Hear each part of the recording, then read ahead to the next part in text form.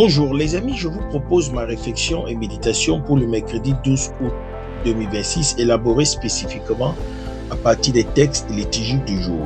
Mercredi 12 août 2026, 19e semaine du temps ordinaire, année A. Première lecture.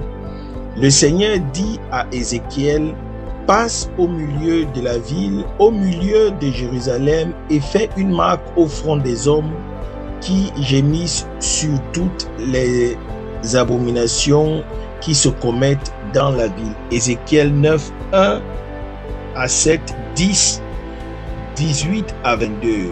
Psaume 112, 113, 1 à 2, 3 à 4, 5 à 6, 7 à 8.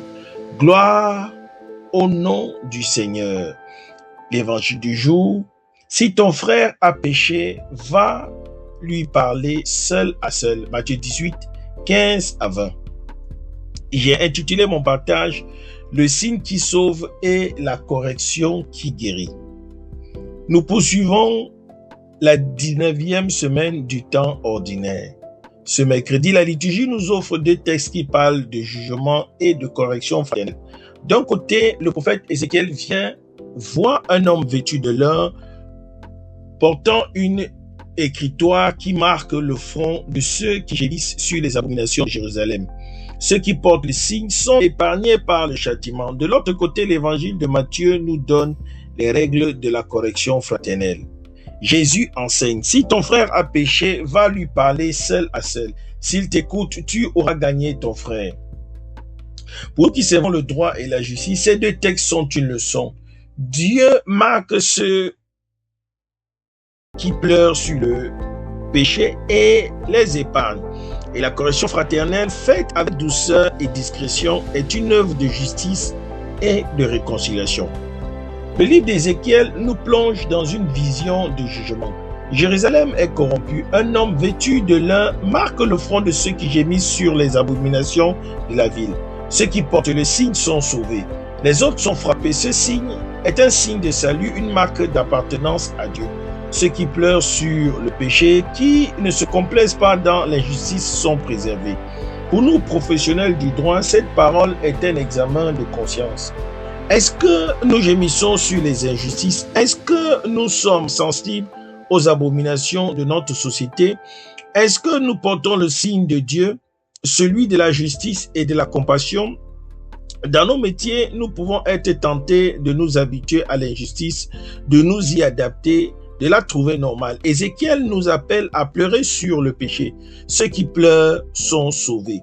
L'évangile de Matthieu nous donne une règle de vie communautaire. Jésus enseigne comment corriger un frère qui a péché. La démarche est progressive. D'abord seul à seul. Si cela ne marche pas, avec 2 ou 3 témoins, enfin devant l'assemblée. L'objectif n'est pas de condamner, mais de gagner son frère. La correction fraternelle est une œuvre d'amour.